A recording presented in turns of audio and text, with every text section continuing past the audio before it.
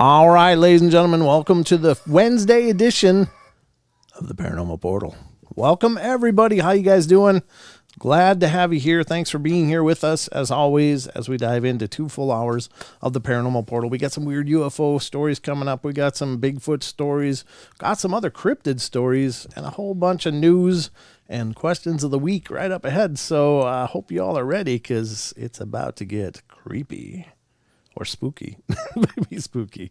Spooky. We'll go with spooky. Are you all ready?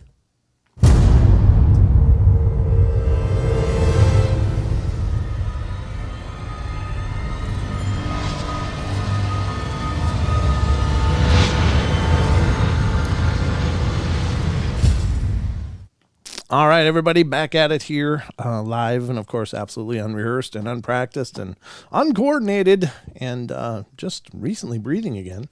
So, got all that going for me. But I'm not alone here, folks. I am joined by my good friend, my co-host, the right-hand man, and the big toe of the Paranormal Portal, Mr. Don Longbeard. Welcome, brother.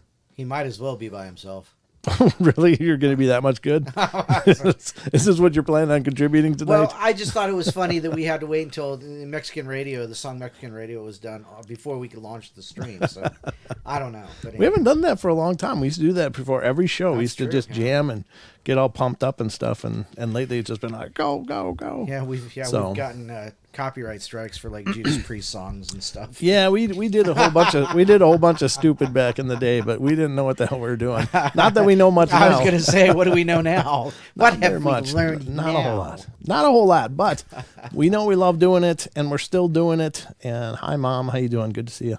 And good to see all of you guys that are piling into the show. It's great to have you here. It's a puppy pile. It's a puppy pile. I don't even know what the hell that means. But I guess that's what this is. I'm just going with it. But we got a lot ahead going on into this 2-hour show. We've got a bunch of great stories. We've got the news. And, of course, before I go any further, just a quick moment. Not quiz, but quick moment. To thank Cryptid Coin, of course, who helps to sponsor the Paranormal Portal. Thank you so much for your sponsorship. And if you're looking for a cryptocurrency investment, you might want to look at Cryptid Coin. They got their heart in cryptid research and investigation, so check it out. Learn more about it at cryptidcoin.io. Again, cryptidcoin.io. And also, ladies and gentlemen, another little... well, where is it? There it is. Another little bit of information is, again, I've been announcing this for about a week now, but this is, of course, the Spokane Valley Event Center is hosting the Spokane Valley Sasquatch Roundup coming up in 2023, June 17th. There's a whole host of stuff going on, and if you go to Facebook, you can look for Extreme Expeditions Northwest or look for the Spokane Valley Sasquatch Roundup page, and it'll give you all the headlines and highlights of what's going on. They just announced Charles Howard Johnson, who is a gentleman I investigated with and will be investigating with again later this month. And that'll be coming up. But he's going to be a speaker there as well. And here, of course, is Michael Freeman, Paul Freeman's son. and so much more. Keynote speaker, of course, is Dr. Who's Jeff that? Meldrum. Jeff Meldrum. Dr. Ooh. Jeff Meldrum. And I think Ken Gerhardt's going to be there as well. Ken, so we need to see Ken again. yeah, we do. Ken's a great guy. He's been become a great friend. We've seen him at a number of conferences, gotten to know him. So again, mark your calendar.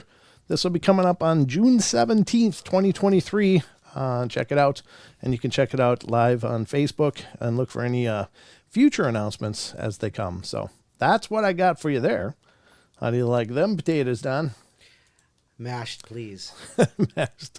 You like your taters mashed? Boil them, mash them, stick them in the stew. All right. Well, speaking of mashing taters, let's go to the news. What do you say? It mashes my taters every time, Don. Sure. You and your tainted love. Me and my taters. All right. Tainted love. All right. Let's head to the news. See what's going on.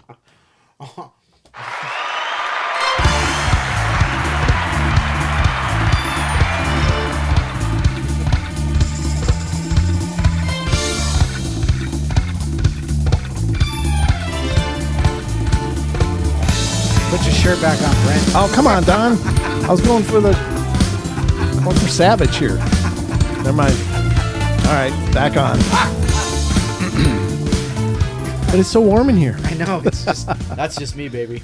It certainly is. Just your tainted love. Oh, dear God. Welcome to the Portal News Desk, everybody, as we dive into today's Portal News that I curated for your enjoyment here on the Paranormal Portal. So, without further ado, let's see what the hell's going on in the news, shall we? I wonder if somebody goes, I hope they further a don't.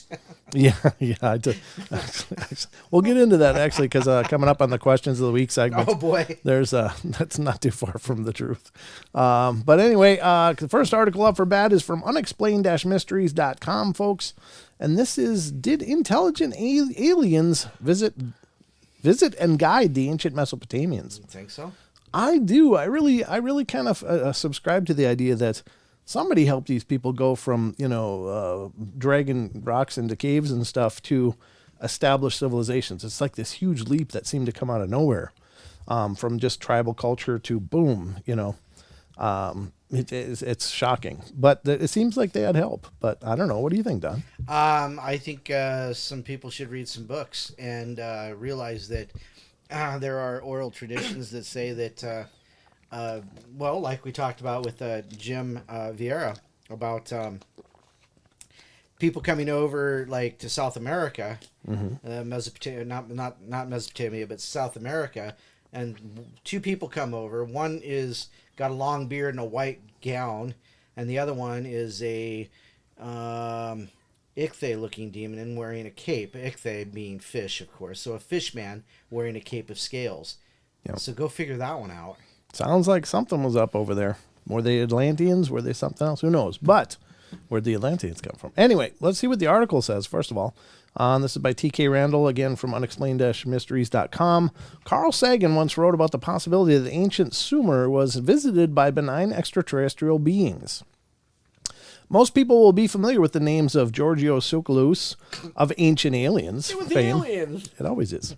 I'm not saying it was aliens, but it was aliens. But while many dismiss the idea of extraterrestrials visiting ancient civilizations as a joke or pure fantasy, it is an idea that a number of notable scientists and historians have actually taken quite seriously, including the late astronomer Carl Sagan. Writing in Big Think recently, Ross Pomeroy revisits Sagan's remarks on the topic in his 1966 book Intelligent Life in the Universe, which was also co-written by his colleague Iosif Shklovsky. Which probably wasn't. They weren't probably American. They weren't. Was there words? Nah. Okay. Do you want to try again? No. Okay, you're done. All right. In it, Sagan talks about possibility of finding evidence that aliens visited Earth in the distant past. A description of the morphology of the intelligent non-human, a clear account of astronomical realities which a primitive people could not acquire by their very own efforts, or a transparent presentation of the purpose of the contact would increase the credibility of the legend, he wrote. I don't know what I just read. That was quite the twister. Right? Yeah. Interestingly, Sagan also provides an example of a possible candidate, the ancient Sumerian legend of Oannes, whose whole body was like that of a fish. What were you just saying, Don? No way. And had under a fish's head, another head. Yeah. Okay, so was that a helmet, a headdress, do you suppose? Well, yeah, that's kind of what it was. Yeah, that's the idea. Yep. And also feet below, similar to those of a man, subjoined to the fish's tail. So it sounds like an ornate gown of some kind, yeah. The story goes on that Oannes bestowed upon the ancient Sumerians a great wealth of knowledge, including insight into science, art, writing, and specific techniques for constructing buildings. Not to mention agriculture. Right. Various similar accounts from Sumerian legend or text refer to such creatures as the Apkulu. Okay. There you go. I'm sorry, it's a different word. Sumerian civilization is depicted by the descendants of the Sumerians themselves to be of non-human origin, Sagan wrote. A succession of strange creatures appears over the course of several generations. Their only apparent purpose is to instruct mankind. Each knows of the mission and accomplishments of his predecessors. While such tales are obviously inconclusive, Sagan seemed to find them particularly intriguing. Sadly, though, we may never know for sure whether they're based on truth or fantasy. Yeah, that's true, unless we do actually make contact and you go, well, we've been here for a long time, dude. What are you talking about? You didn't just meet us.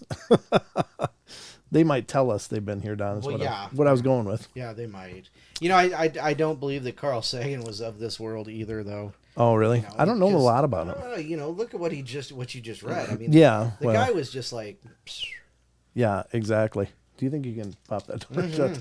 The minions, Slightly. the minions getting elated in his gaming joy. But yeah, that's a great first article. I think. I do think there's a lot to that, ladies and gentlemen. I don't think it's just fantastical, whimsical ponderings. I think that it does stand to at least some consideration, and I'm not saying it's definitely the case, but I think it deserves a pretty, at least a decent inquiry. But anyway, moving on to the next article in our news fest of the night. This one's coming out of Pennsylvania by TK Radio. Pennsylvania state officials play down Bigfoot warning signs. This is from October 11th, 2022. And again, please check out... Urukai. Looks like what? An Urukai. Urukai. Please check out unexplained-mysteries.com, and they have a few ways you can help support what they're doing. Not only by visiting the site, of course, but you can get their weird news compendium, which is a lot of the stuff that we read on the shows here. So if you like the show's newscast, you're going to love that. So check it out. A spokesperson has emphasized that dozens of official-looking signs warning visitors about Bigfoot are not actually legitimate. Something big is lurking in the forests of Pennsylvania. That is, at least according to a series of warning signs posted around the trails and byways of the state's remote parks and forests. The signs, which feature the letterhead of the Department of Conservation and Natural Resources, warn visitors about the presence of the elusive hairy hominids in the region. Due to encounters in the area of a creature resembling Bigfoot, we are instructing all park visitors to observe elevated park etiquette, be cautious of your surroundings, and to keep the location of any small children and pets within a tighter scope of awareness, it reads. Do not approach the creature. That's been around for a long time, though. That's been around for years and years. Yeah. The notice also prompts visitors to report any sightings to a local ranger, but not to post anything about such incidents on social media, although it doesn't actually explain the reason for this. As it turns out, however, the signs are in fact totally bogus. A spokesperson has since clarified the department is not responsible for writing or putting them up. We have seen them at parks for months, and they are removed when they are reported or found by staff because they have not been authorized, said DCNR's Wesley Robinson. Concerned citizens. He says Bigfoot is not real. What? What? Whatever. I mean, it's okay if you didn't make the signs, but come on, dude. You're pushing the line now. As things stand, however, the identities of the culprits remain a complete mystery. And Bigfoot's not real. Signs of Pennsylvania parks trails asking residents to report sightings weren't posted by the officials. I don't know. I do think there's something to the Bigfoot, obviously. Don't want to hit that. There is no reason to, be that way. Yeah, just to say That's it's the only not thing real. I can say. It's just don't be that way. I mean, even if it isn't, and it turns out to be just this big thing that, everybody had this want to have, Is it harmless? It's harmless, isn't it? I don't think it hurts that people believe in it, and I do think that there's plenty of objective evidence to suggest the belief and presence of these things in our woods. So who's it hurting you? Yeah, exactly. Well, it's the hubris of our science. It's the hubris of our biologists and scientists. We don't know about it. We can't find it in the fossil record. It doesn't exist. It doesn't. It's a fossil record. Nothing exists until the fossil record is expanded. Then suddenly things exist. Even though they can't figure out how to put the T-Rex together. Yeah. Well, it takes a little practice. I'm sure. It's like a Rubik's Cube. Nobody spins the sides all the time. But anyway, that's an interesting story. Interesting go for a spin? Piece of evidence. Right. All right, let's get to the next one. And this is a new one, a weird one, though. I have not read any of these today, so I just found the headlines and looked at them and went, hey, this looks good. So that's what I do on the News Fest usually. But this one is from unexplained-mysteries.com. Bizarre incident sees gang of goblins attack 2 women on the subway. A gang of goblins? What was this, a Halloween story? Well, it definitely is when you look at the included picture. Yeah. Yeah, this is not exactly what I was going for here, but we'll read it anyway in the spirit of fun. I think it's a little disturbing in a whole lot of ways, but a bizarre viral video has emerged online showing a combative group of women dressed up in green bodysuits. A combative group of women. Police were called upon to determine the identities of around 24 women who They're all named Karen. who clambered. That's not to offend any Karens that happen to be watching. Because our Karens are awesome. Our Karens are awesome. It said, who clambered aboard a subway train and proceeded to attack 2 19-year-olds after a verbal altercation turned physical on the evening of October 2nd. The culprits, who appeared to be dressed up as green extraterrestrials, were clad in brightly colored bodysuits from head to toe, making it impossible to see their faces. A video clip of the incident, which shows the mayhem then ensued, quickly went viral on social media. Now, more than a week after the incident, local news outlets or reports revealed that police had finally determined who was responsible, a notorious group of women known as the Green Goblin Gang. Okay. Put them in front of a green screen, they disappear. Yeah, they're ninjas. they're green screen ninjas right there.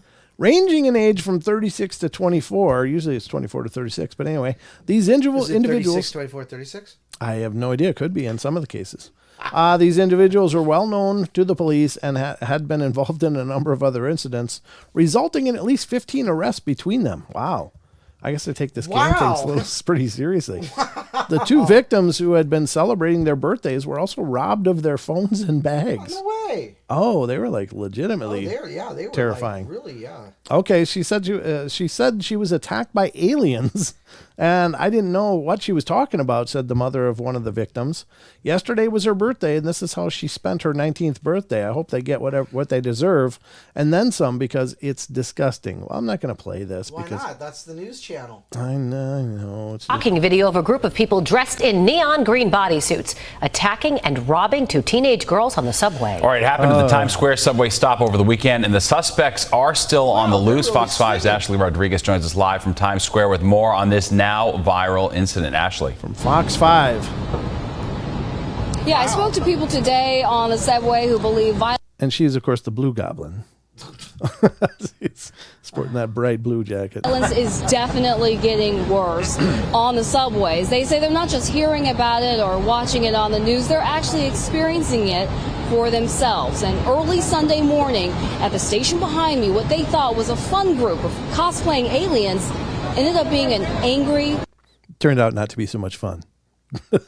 mob. En masse, this group of neon green spandex wearing women just flooded the car. I spoke to the woman behind this cell phone video shot around 2 a.m. Sunday morning inside the N train at 42nd and Times Square. These 2 poor girls were having to take on 10 women, and it bled into the car, and no one really knew what was going on. Yeah, that's really not a close encounter of the good kind at all, Don, is it? That's some bullshit. That's some crap right there. Yeah. Do you still want to watch more? No, I think we're done. I think we're done. I think it's pretty freaking sad. It is. Yeah. It's just a dumb thing. It could have been a fun thing. Could have been funny, but they made it ugly and stupid. So, I hope they get the full benefits of their actions. Just wrap them up in a green screen and let them go.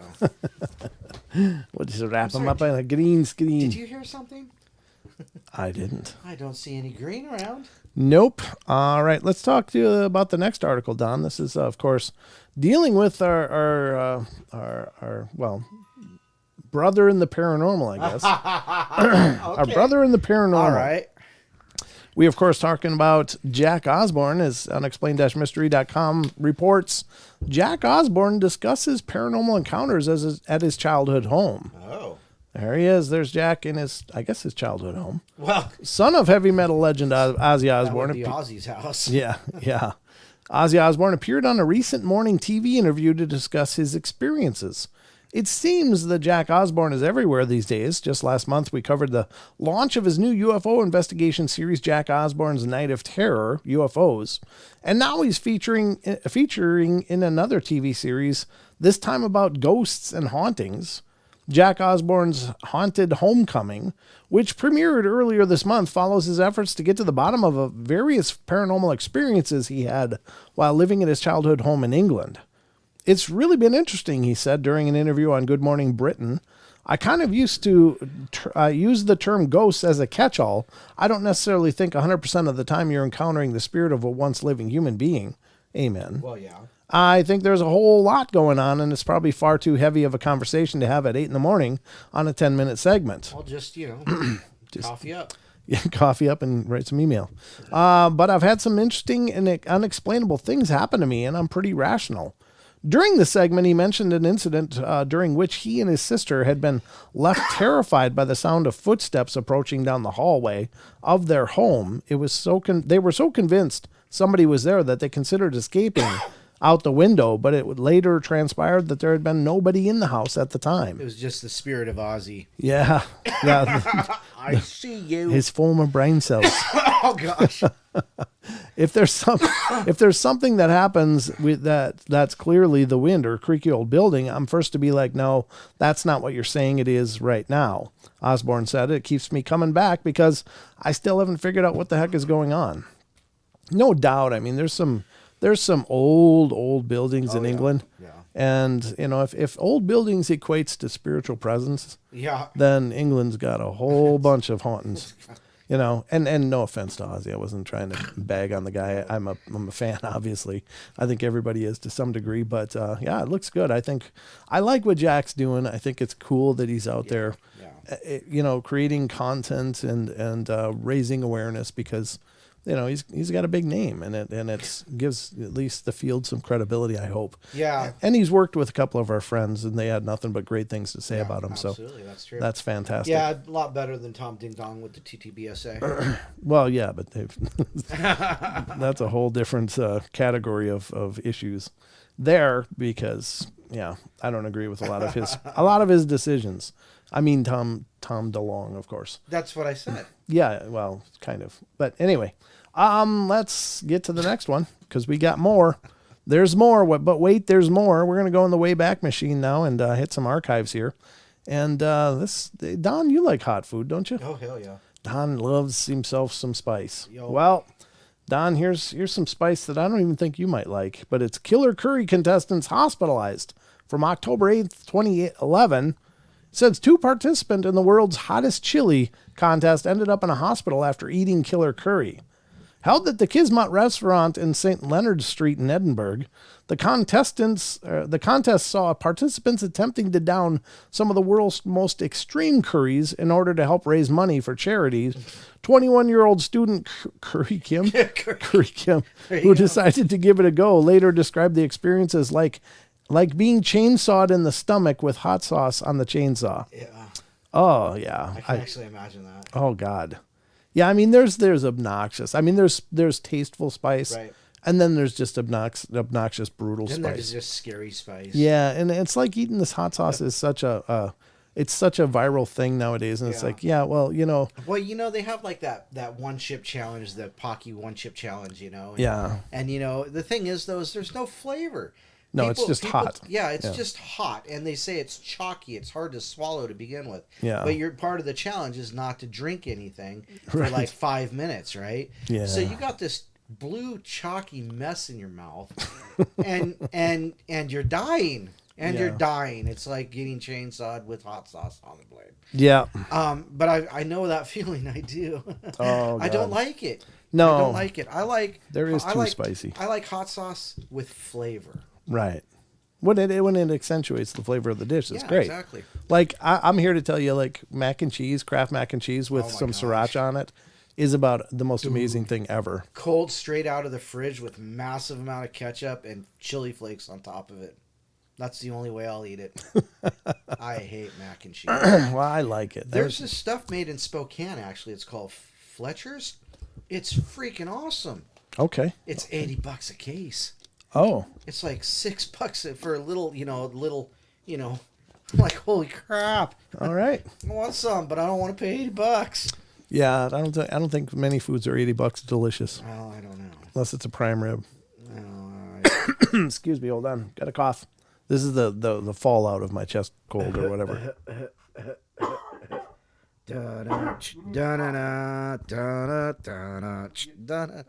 I need you to cover for me when I'm doing that. Not beatbox. No, that was Sweet Leaf. We were just talking about Ozzy. I thought it'd be appropriate.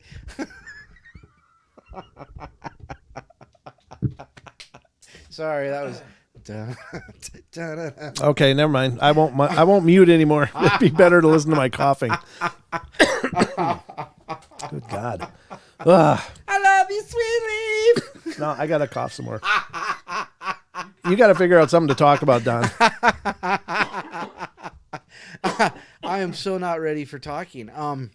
That's funny. Oh, you know what? Actually, let me go back here because somebody said something really nice a little bit ago, and let me see if I can find it again. Nicholas Smith. Hey, Brent and Don. I hope you guys are well. First-time viewer coming from your podcast. I really enjoy your show. Keep up the good work. Well, shout out to you, Nicholas. Thank you very much. Yeah, that's really cool. Somebody actually came over and seen to check us out live and unrehearsed, as opposed to over processed and talking too much. But that's okay. We appreciate that you appreciate the podcast. You want to read this one? Do I want to read that one? Sure, go ahead, send it over. I'll send it to you. Send it to me, baby. Tony's Krill Spice. Yes, hacker. Yes, that is some good stuff. Yeah, it looks like you're making some what is that? Jambalaya. Love jambalaya. Stuff is so good. All right, well, from unexplainedmysteries.com, woman finds tarantula in her shopping. Looks like it says a woman who ordered goods online was shocked to discover a tarantula at the bottom of the box. An enormous arachnid was taken to the local zoo where experts believe it's a species of African baboon spider. It's very fast, very aggressive, and very big, said the spider expert Rob Ward. There's always a risk of not knowing exactly what you'll get once you've ordered something online. But the last thing you expect to find is scuttling around amongst your goods is a large hairy tarantula, which is exactly what happened to one mystery shopper. So there you go. Yeah, that's not good. Yeah, no, I'm sorry. I didn't order this. May I have a refund, please? It must be on the bonus plan. Yeah, no doubt. Yep. So it's what kind of an African baboon spider? Let's find out how big a baboon spider actually is. Yeah. Right click, search. There we go. I don't think I'd want to find any living things other than plant life in my groceries. A king baboon spider. Yeah. Let's see. Let's see if we can find a good picture to put up on the screen. Oh, there's a good one. King baboon spider. 20 centimeters. That's legs spread out. 20 centimeters. 7.9, almost 8 inches. Like a small. It's a solid plate. Oh my God! Spiders too. Could you imagine being arachnophobe and then opening your groceries and getting a big spider? Oh, Jesus, yeah, that'd I'm gonna put this up on screen here. Wow. And Shelob. Yeah. Very popular among collectors, but they tend to be highly defensive. Wow. So look at those fangs. That's just freaking disgusting. They are not suitable for beginners. How do you get to be a pro at spiders? Well, you don't use these ones because apparently they have a very strong venom, though this. none are known to be deadly to humans. Look at that pose. Oh my. Good God. Strike a pose. Yeah. Vogue. Spiders going Vogue. Wow. No, that's troubling. That's disgusting. That is a troubling display of horror right there.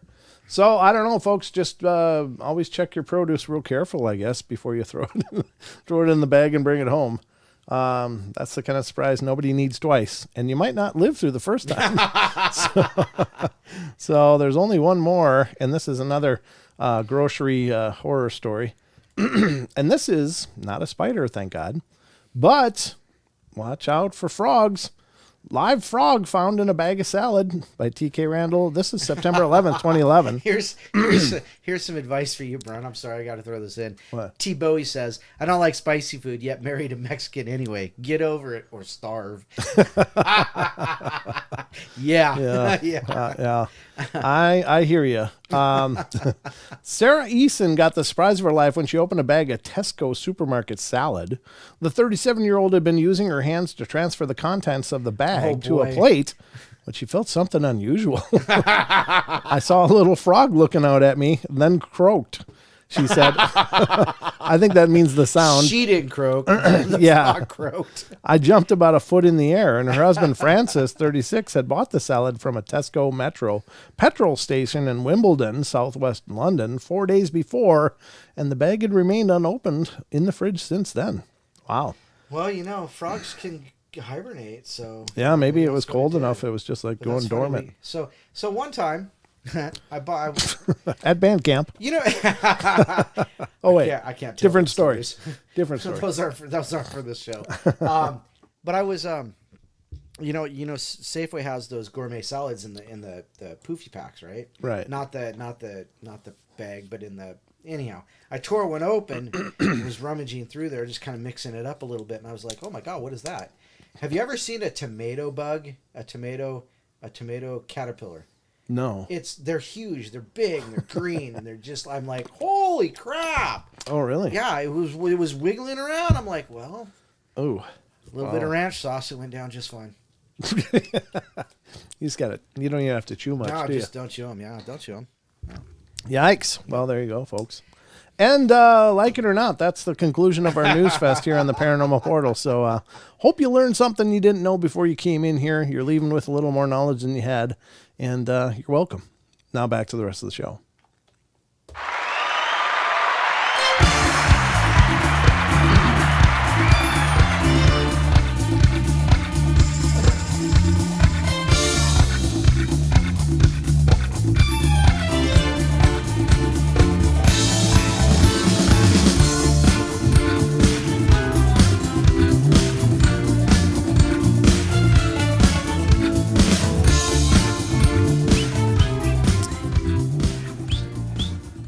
And right now, Nicholas is going, well, this is nothing like the other show.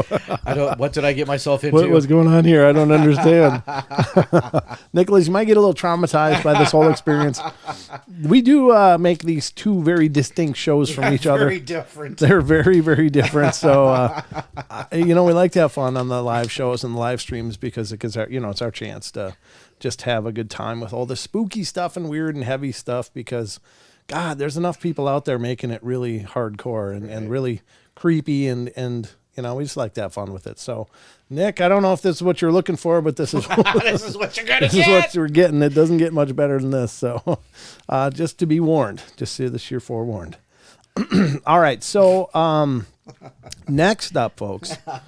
If you may or may not know, we have a Discord community as well. And if you are a member of the Discord community, you can contribute on these threads called Questions of the Week. So we're going to get into that right now. Hope you're ready.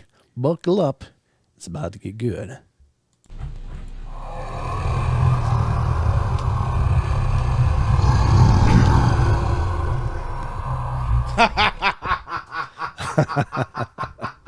Hardback, here's the tomato worm. Cheers. The tomato worm, Don. Sweet.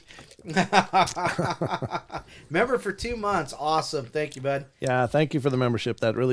We really appreciate it. So, ladies and gentlemen, the Discord community is a great place to connect with listeners after the time. And of course, I'm on there as much as I can be, which lately hasn't been much because I've been sick. I literally have slept since the last show, pretty much exclusively. I didn't do much anything constructive. So, but I generally am in there and trying to contribute as well. So if you join the Discord community, we'd love to hear from you. And let me see. Let me do this thing. Here we go. And you figured out how to do it. I don't know if I figured it out or not. But this is what I'm going to put up here. Yeah, that's it. There you go. Yep. The link is in the YouTube chat. If you want to become a member of the Discord community, by God, we'd love to see you there. So these are the questions of the week. And essentially what it is we do 3 live shows a week, or the portal does 3 live shows. And this is Wednesday is our first, Friday night and Saturday night. And they're all 2-hour shows. So we'll always have a segment in there about questions of the week. And it's basically usually a paranormal question that we ask and we like your input on. And we've had some great discussions with hearing what people think about different phenomena. And a lot of people have brought some amazing things to the table, and that's the beauty of the discussion. So this question of the week was a little bit different, though. We're not talking about the phenomena as much as we're talking about the portal itself. The Paranormal Portal, I thought, obviously it's our desire for the show to continue to grow and expand and more people to find out about it and to enjoy what they're experiencing. So I always try to keep the show as fresh and unique as I can. But I decided to pose the question to our Discord community and to you guys. Those of you in the chat right now can contribute your ideas to it as well. But the question was, I've always strived to bring you guys the best shows that I know how to put together for you. But I know that being static is probably not the best way to continue to grow. What topics or segments, ideas would you suggest for future show structure? What things would you like to see less of in the live shows? Is there something we're currently doing that you would like to see more of? So what ideas for new shows going forward would you like to see included? What would you like to see less of that we're doing now? And any new ideas? So first up came Eric, PHA. I guess I can just drag this over to the screen and make it a hell of a lot easier to read. There you go. Let me do this for the questions of the week. It's easier for me anyway. Okay, so Eric, PHA says, I think you're doing great. If I think of anything, I'll let you know. Android, covering more UFO, UAP related stuff. This is what I think is the most relevant paranormal topic in our lifetimes, at least in terms of public relations and for humanity. You should devote some time on it every week, such as reporting on sightings that were discussed in the news. I sent the UFO chat a few weeks ago. It was all over the news, recorded by multiple people. Also discussing prominent figures who are pushing disclosure forward. What those people when those people are interviewed, discuss what they said and what you think about it, or just report what they said if you don't feel comfortable providing your insight. Either way would be cool. No, I'm always happy to offer my thoughts on it. Also, a couple of weeks ago, I put a video on several FBI files declassified about Sasquatch, so that'd be a cool topic to discuss one episode. There might be enough material to do a few episodes on it, but I haven't read all the documents in detail. Also, more spiritual paranormal stuff in general. I know you had discussed wanting to have like a discussion roundtable with viewers and having them call in about topics. You discussed doing that or on Twitch, But I think it's a great idea, and I think doing it on YouTube would be best. Less accounts for you to manage, while still being able to pursue it. Some of the most successful shows on radio had listeners call in to give their thoughts and ask questions or share experiences, like Coast to Coast AM, Campfire by Jim Harold, and even non-paranormal talk shows like Loveline. So it's definitely a proven format that drives viewer engagement and rapid growth. Those are great thoughts. Anytime you want to call in, you can. Yeah. And the Android has. Yeah, and Android does call in periodically, which is nice. But that's the hard part, I guess, is how to get people to call in. Yeah. Because I've had that request come up a couple times in this thread, and it's always been available. We've always had the phone lines that are available to call-ins. Since day one. Yeah, so, the tough part is to get people to want to do it or to be brave enough to do it, because I think people are intimidated by that. Yeah, they're still skittish about being called out. Yeah. So something to that effect. And then he said, sorry so long, and I told him I'd expect nothing less. Android's always very comprehensive in his responses. Fourth caller says, I missed the ending segment you used to do, Trail Cam Terror. I think that a section set aside once a week to watch fresh paranormal clips and discuss would be cool. I only suggest that because I come across so many new clips on TikTok every day, especially UFO-related stuff. Other than that, love the show, guys. Thank you, and keep up the great work. Thank you, fourth caller. Lily Pond said, personally, I'm a cryptid lover, so I guess I better jump in and say so. I think Android is right about the live interviews, too. Those are my favorite shows. One thing I like to watch are live psychic readings like Deb does here. Yeah. There's a rapid-fire psychic called Sterling you might look like on YouTube. He does other shows as well, and I appreciate that. Those are great. I don't mind doing the interviews on the live shows, but we do the podcast, and those are all interviews. So, visually, yeah, I can understand being able to see the person talking is kind of powerful as well, but it really is harder. A lot more stressful for me to do the live interview stuff.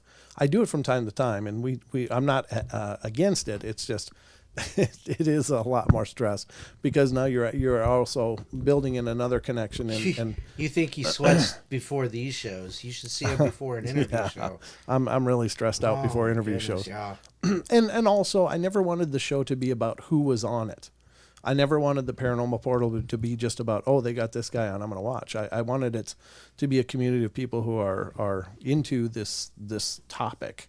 And I think that's what we have. I think that you guys are wonderful in that way, but that's just an idea. Batman says, I like the show. News topic, topical, paranormal, and round of cryptid or ghost stories you fish from a couple of favorite sites. If you're fishing to get more people calling in, I'm not sure what to suggest other than actually being on the radio. I think this platform with Discord and the YouTube with their chat forums give people that comfortable disconnect that has evolved to where they can just say something without putting themselves out there personally by using their own voice.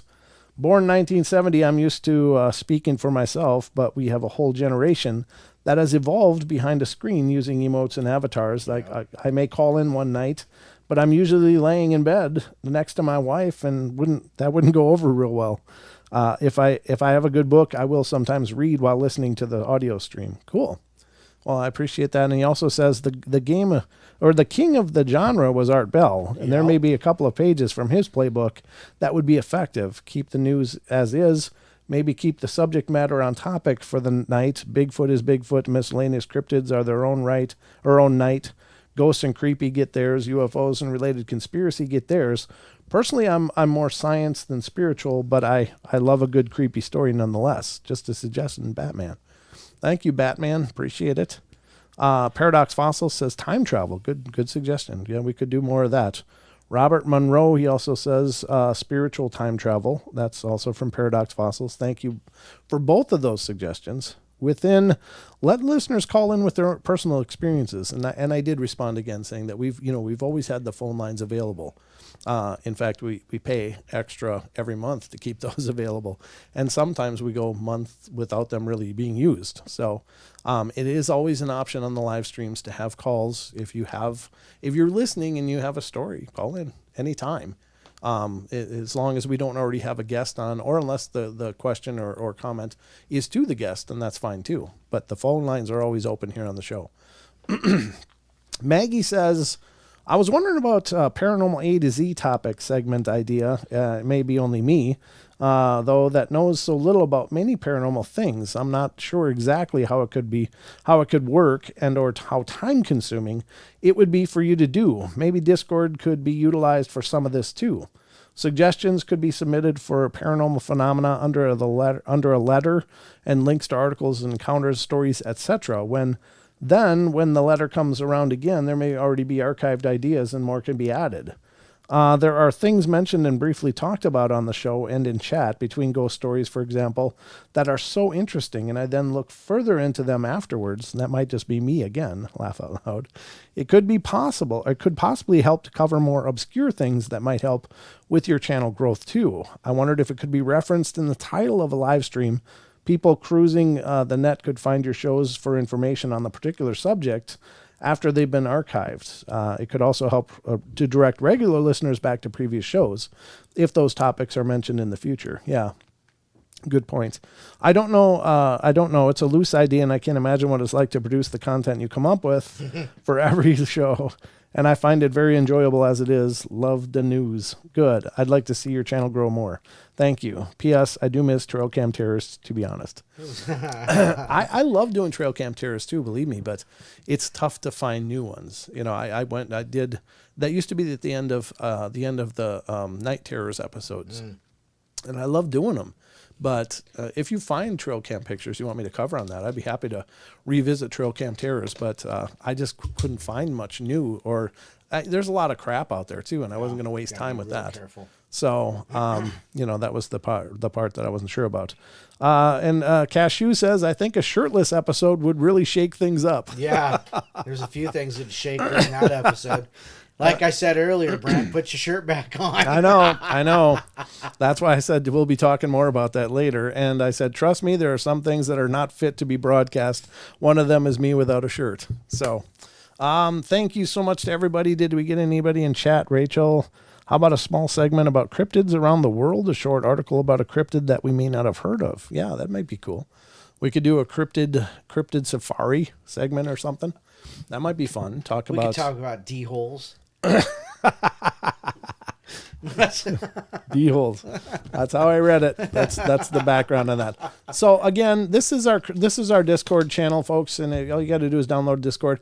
If you look on the left-hand side, there's news, donations, rules, admin mod section. Discord tutorials are right here. And then there's all these topic areas for different paranormal topics and videos and stuff. And there's voice channels as well. So this is how you navigate the Discord once you're in it. Just click, like on Bigfoot. You can look up some links that people have pasted about different Bigfoot content that they've come across, including our own, which is nice. Thank you, Seven Pearls. But every topic area has its own discussion and own materials regarding the discussion. So there's lots already in here, and we've got a fantastic community in Discord already. But I'd love to have you guys jump into it. So use the link I put in the chat, and Paranormal Portal. Oh, where did you get that emoji? Where did you get that? That's a good one, the swirl. What? Paradox Fossils found an emoji, Paranormal Portal. And it looks like a swirling water, like a whirlpool. That's awesome. All right. But there you have it, folks. Oh. This has been a production of Questions of the Week.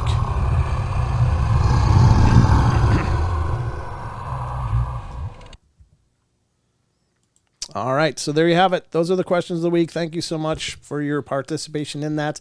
Again, jump over to the Discord channel and get involved. And love to hear from all of you. Hi, Dan Dawson. Good to see you. Thank you for coming in.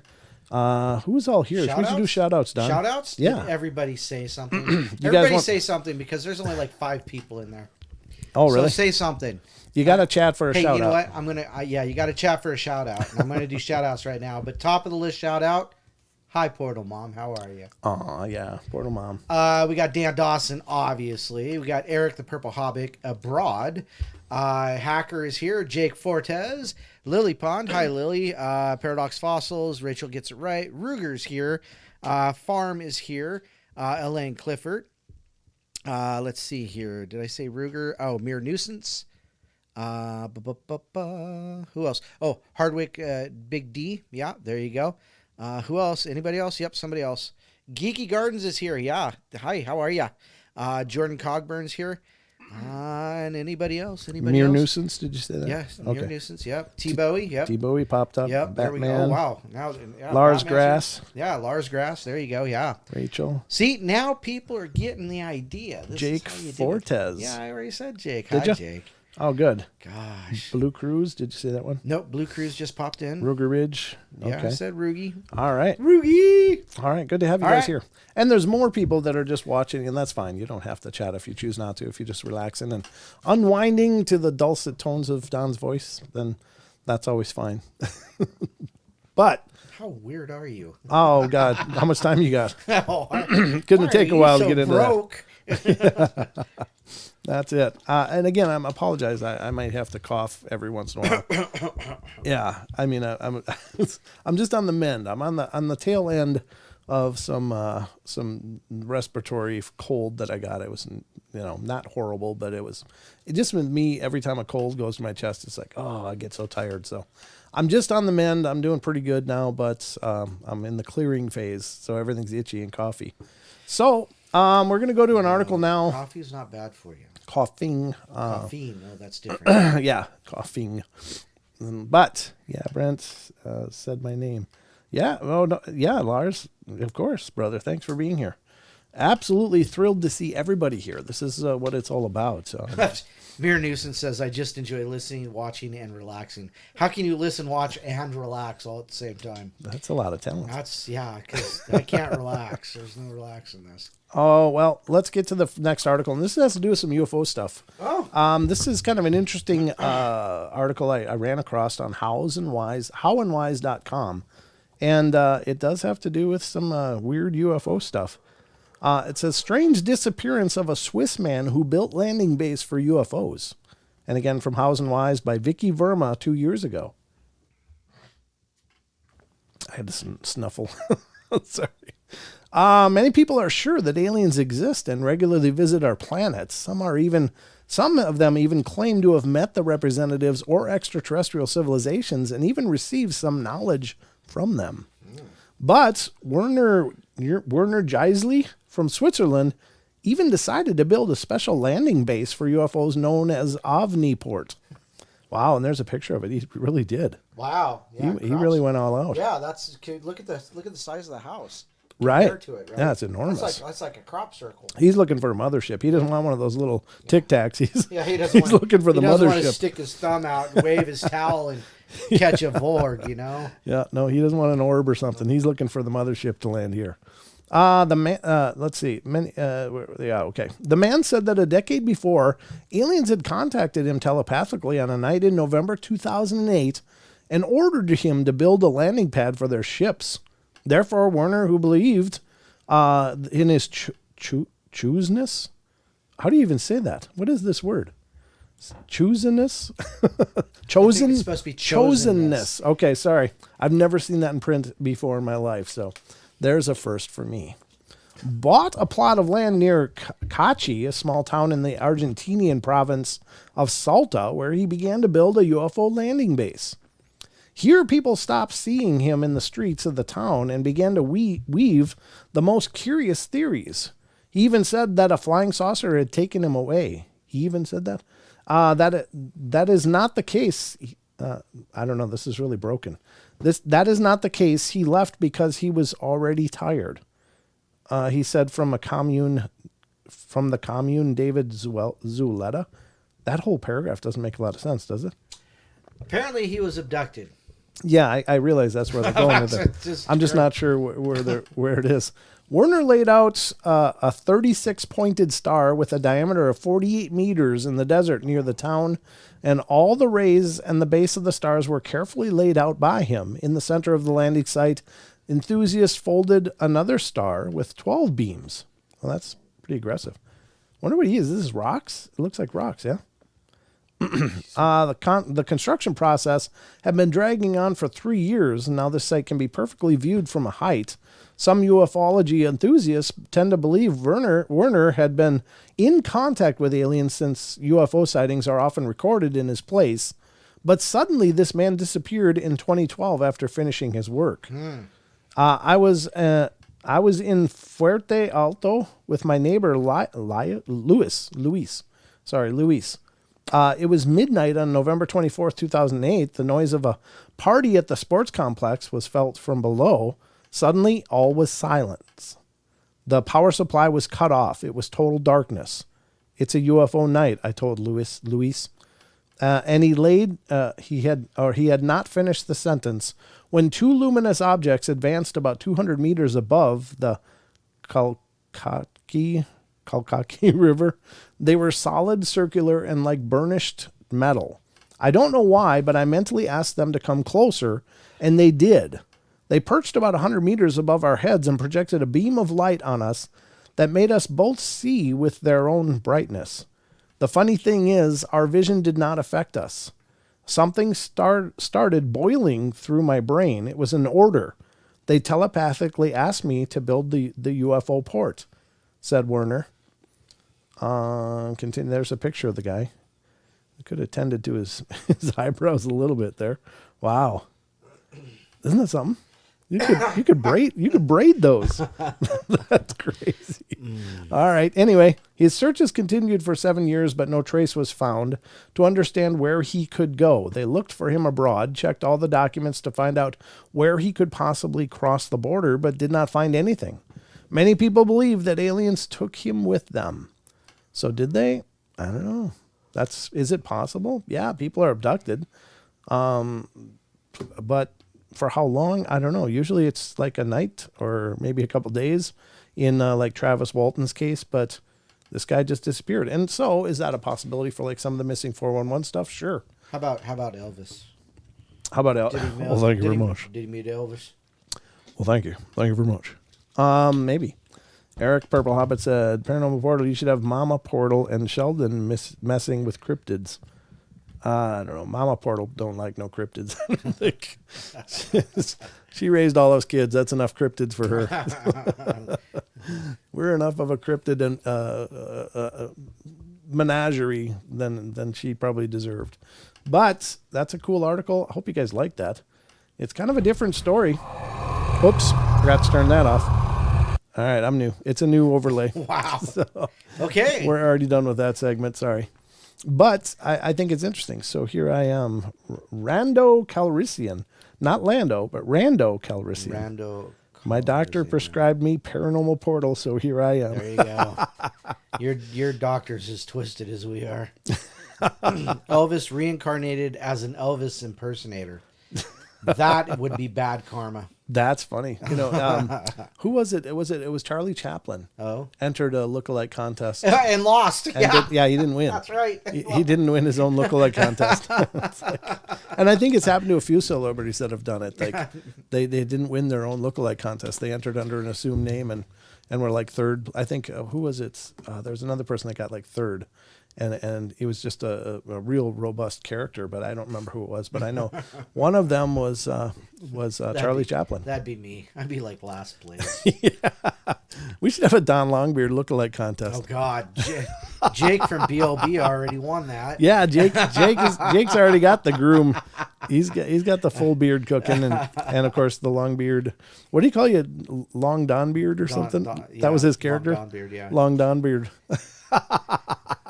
That was classic humor there. Well done. All right, so which one was it there? Yeah, that was it.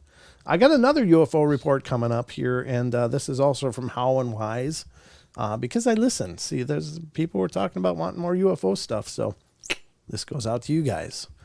This is, I don't know, I haven't heard of this, I don't think. But it's 3 aliens almost killed ex-U.S. soldier and ufologist in the 1950s and threatened him to stop his research. Oh, I think it does sound familiar, actually. In the fall of 1952, ufologist let me just say it's Vicky Verma from 2 years ago as well. Sweet. Ufologist Albert K. Bender announced his creation of a new research organization, the International Flying Saucer Bureau, or IFSB. IFSB. He had to have his own acronyms. He was also the author of the ufology journal Space Review that was released in 1953, West Virginia resident Gray Barker soon offered his assistance to Bender and spoke of the Flatwood Monster case, which he was investigating with Ivan Sanderson. In January 1953, Bender asked Barker to head the research department of the IFSB. In September, however, Bender announced that he was forced to cease his activities. Wow, that's kind of a shock. Bender said 3 men in black suits who identified themselves as government officials had come to see him. They threatened Bender and demanded to forget about the existence of flying saucers. By this time, the new research organization had a large network of staff in the United States and other countries. Wow.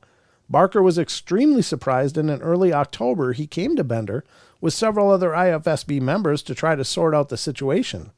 Bender knew what flying saucers really were, but remained silent. Some UFO researchers conclude that Bender was indeed under pressure from government agents, while others doubted it. Coral Lorenzen, the founder of UFO Research APRO, wrote in the bulletin that most likely the IFSB was funded by Palmer's Magazine, who used to write science fiction stories. Well, yeah, why not? Yeah, it doesn't mean they weren't interested in the real thing. I mean, you can't be, your whole body of work can't be weighed up against who's funding it. But anyway, it continues, and this is a book, Flying Saucers and the Three Men, Albert K. Bender. And it says, one way or another, the name of Albert Bender was disappeared from the pages of ufological publications, but not forever. 10 years later, he published a book entitled Flying Saucers and the Three Men, in which the whole story was presented from a completely different perspective. Indeed, Bender wrote that in 1953, 3 men in black visited him, and they were not government agents, but aliens. Ooh. The plot thickens. They provided Bender with a piece of strange metal shaped like a coin, in which he could communicate with them, and in some time, 3 mysterious creatures reappeared in his house and carried Bender to some vast room, possibly inside a flying saucer, and one of the creatures telepathically informed him that representatives of their race were visiting Earth for the sole purpose of extracting useful chemicals from the Earth's oceans. Huh. What chemicals are in the Earth's ocean? The oil spills. No, I'm just kidding. I don't know. Please, I mean, it's extract all that nuclear waste that just... Yeah, maybe that's it. Maybe they're cleaning up those barrels. Yeah. According to him, aliens had settled on our planet for a long period. Okay. At first, the creature seemed to be humanoid for Bender, but then it appeared before him in its natural, extremely vile form. However, it warned Albert Bender and through him all of humanity against continuing experiments with radioactive substances. Wow. The alien said those experiments would have negative impact on future generations. Well, no doubt about that. Bender soon woke up at home, lying in his bed and feeling sick. When he tried to tell someone from the IFSB executive committee about the contact with aliens, he faced misunderstanding and mistrust. What could he do? And then Bender decided to reveal to his colleagues only part of the truth. He said some people warned him against further research into the UFO problem, and they were very convincing. They even revealed the secret of flying saucers to him. Bender took their threats seriously, but could not give up his research on UFOs, as it had become part of his life, so he continued his work. Later, the creatures, or MIB, visited him multiple times, and during their visit, Bender's health kept declining. They seemed to draw vital energy out of him, and much more than on the first visit. Bender also noticed that with each visit, the eyes of the aliens got brighter and more menacingly. But still, he did not dare give up his research, and then Bender felt completely sick. After the second visit, he had a stomach ache, as if with an ulcer, and migraines happened every day. And after the third visit, Bender began to lose weight and have problems with his eyesight or psyche. It began to seem to him that the MIB was following him even on the streets.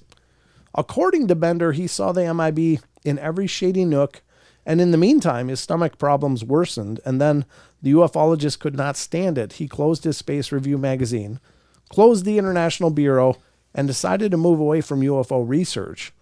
After that, his health improved until his death in 2016. Bender no longer talked about UFOs. Wow. What do you think, Don? I think I'm already...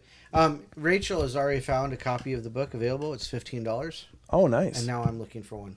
Okay, gotcha. Need to read that, I guess. Yeah, it sounds like an interesting take. I don't know. I'd heard mumblings of this in other articles in the past, but I didn't really know the full story. Right. It sounds really pretty interesting. Oh, I can get it on my Kindle for $10. Oh, very cool. Ninja Dave 1970. I made it. Howdy, guys. I was starting to have Paranormal Portal withdrawals. Well, great to see you, Ninja Dave. Thanks for making it, brother. That cannot be true. What? A hardback of that book is $354. Is it out of print? Well, yeah, it's out of print. Yeah, Oh, okay. It's definitely out of print. Okay. But holy crap. Wow. Yeah, that's crazy. Good to see you, Ninja Dave. Good to see all of you guys. Thank you for being here.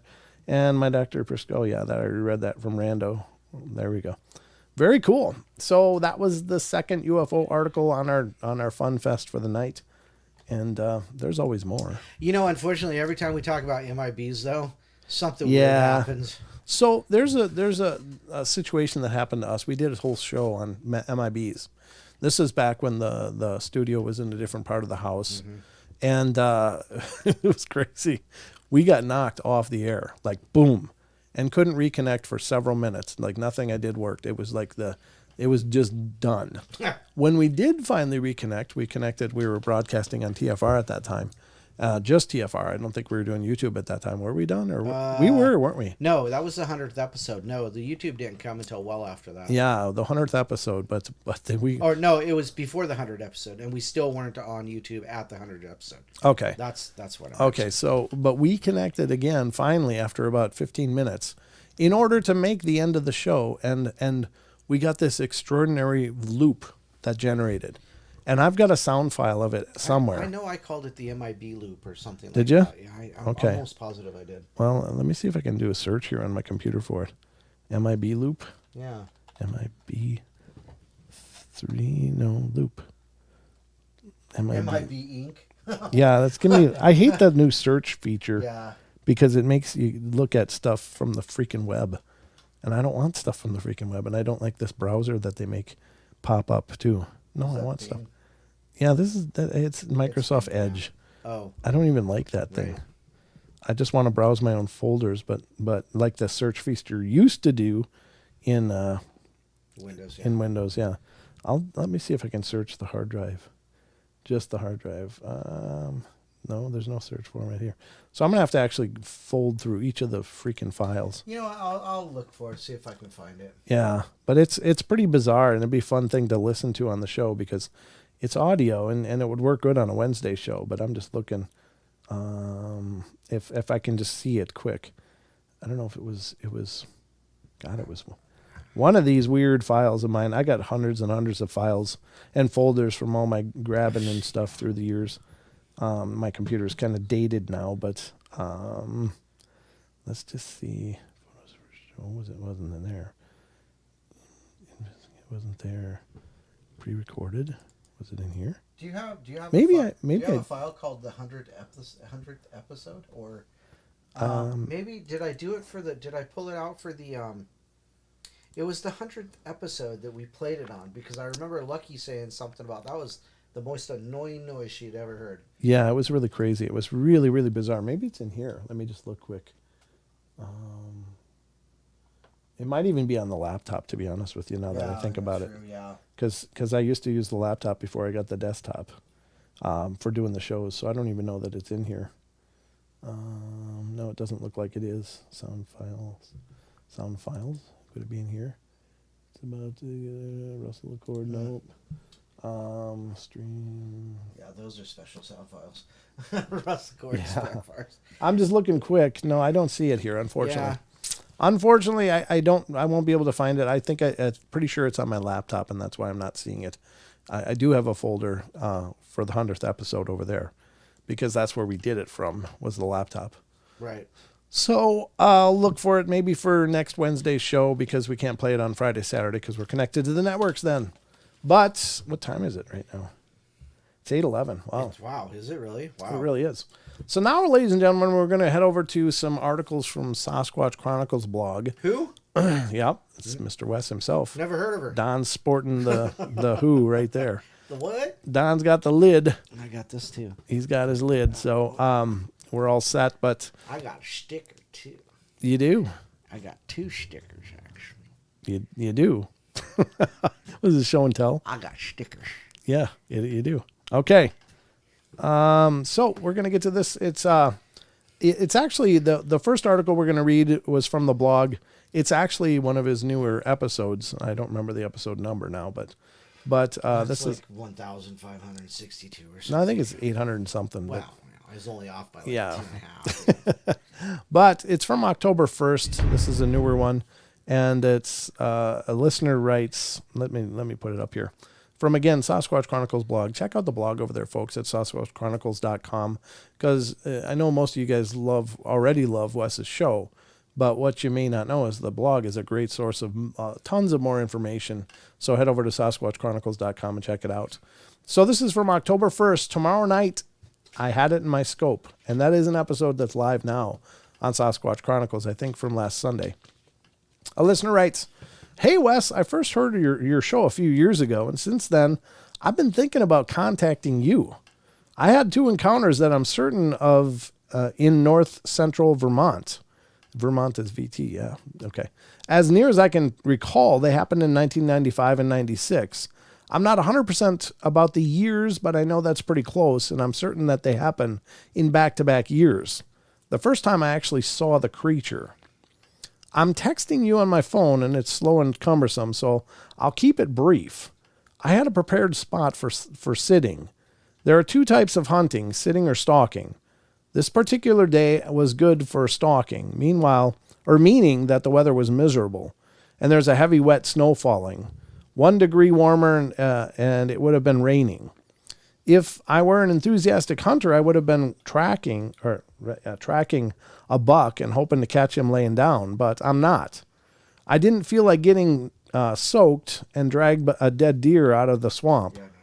Yeah, no doubt. I didn't really hunt for the kill anyway. I do it for the solitude. It's kind of therapeutic for me. Back to the point. I'd been sitting under a blue spruce tree all day, its foliage protecting me from the weather, and near the end of the day I was starting to think about leaving before it got dark when a buck came walking up along the game trail. And this is about 50 yards from where I was sitting across a small field. I pulled up my rifle, a Remington 308, got it in my scope, 4x9 scope, and some instinct told me not to shoot that deer. And to be completely honest, that instinct might have been my brain asking, do you really want to drag this thing a mile through the woods in the dark in this weather? Anyway, I tracked this deer through my scope, and it disappeared into a tree line. The very moment the deer stepped out of sight around another spruce, Sasquatch stepped in from the side of the same tree that the deer had just passed. He took 1 or 2 steps and paused to look straight at me. That's a feature of so many Bigfoot stories. Yep. They know you're there, and I don't know how. I mean, this hunter is under a spruce. I'm sure he's camoed out. Maybe he's got the orange on, maybe not. I don't know. But this thing knew exactly where he was and just looked right at him, walked out and looked right at him. So he says, I was looking back at him through my scope. My crosshairs were centered on his right eye. He was freaking massive. I simply could not wrap my mind around how thick he was. To give some scale, when we come out of the tree line, he passed by an old fence post that I know was about 4.5 feet high. This guy was more than twice that. It would put him at least 9 feet, probably more. He turned towards me, only his upper body, his feet remained pointed in the direction of the deer. I don't know what he was thinking, but I was thinking, if you come at me, you're going down. I remember keeping my scope on his eye and saying under my breath, don't do it, buddy, don't do it. Then he turned back and followed the deer. There are, of course, more details, but I hate texting. I don't blame you. I hate texting, too. I wrote all that in a text? Yeah, that's a hell of a text. And wow. That's only one encounter. Yeah, and he had another, and there's more details he didn't talk about here. So definitely check out the episode, folks, because that's an amazing message in and of itself. So, and to know that there's more, oh my God. Yep. That's crazy. So Excellent. Now the next one from Sasquatch Chronicles is not this. It is this. This is from the blog from October 8. I was being stalked. Listener writes, January of 2017, I moved to Pikeville, Eastern Kentucky. The apartment complex I moved into, it was an old abandoned coal mine. Was an old abandoned coal mine holler that had been converted, which had an old coal road that went up a mountain and then swung around it with acres of woods. Well, whenever I'd sit in the picnic area to have a cigarette, I'd notice around 10 plus at night this howling out of the nearby hills, which now I can say it sounded almost identical to the Ohio sounds. Wow. That's a hell of a sound. We can look on the BFRO if they still have them up and let you guys hear that. I'd hear one howl, and then maybe 30 seconds later, there'd be another one from another hill that was maybe a mile or so away. And then I'd hear another, and then you could listen to these call and responses for hours without end. Well, by April, I was trying to get back into shape, and I love to hike, so I decided I'd get up around 6 a.m. and hike up that coal road and back. Well, as I'm hiking up, and it got darker and darker up that road, I noticed this strange bird whistling at me. It was strange because of how loud it was, and I mean the pitch was just so loud, and I thought to myself, that's a big damn bird. Yeah, it's a big damn bird. And I whistled back. Wes, my grandpa was a Green Beret in Vietnam who partly helped raise me, and I've been in the woods of Illinois and Wisconsin my whole life and never encountered much that was weird, although my grandpa did and told me stories here and there, but I wasn't afraid of much. Well, I'm hiking up, and not only is that whistling getting closer, and I mean close to where it was like 10 feet from me in the tree line of woods, I turned on the flashlight on my phone, and I couldn't see anything. It was so dense. But then I noticed this bird was keeping pace with me. Then small pebbles started landing in front of me as I walked down. At first I thought it was just a loose rock sliding down, but then I became apparent that someone was tossing them right at my feet. At this point, I'm about 300 feet up this old road in the pitch dark. So I gently tossed one back, and then a big one, maybe a half-pound rock, flung right at my feet. I froze, man. No doubt. Now I gently yelled out, is someone out there? And that bird whistling started even louder than it had before. I don't know what overcame me, but I started belting out the St. Michael prayer in Latin and then the Hail Mary pretty audibly, and not wanting to turn back, continued up that road.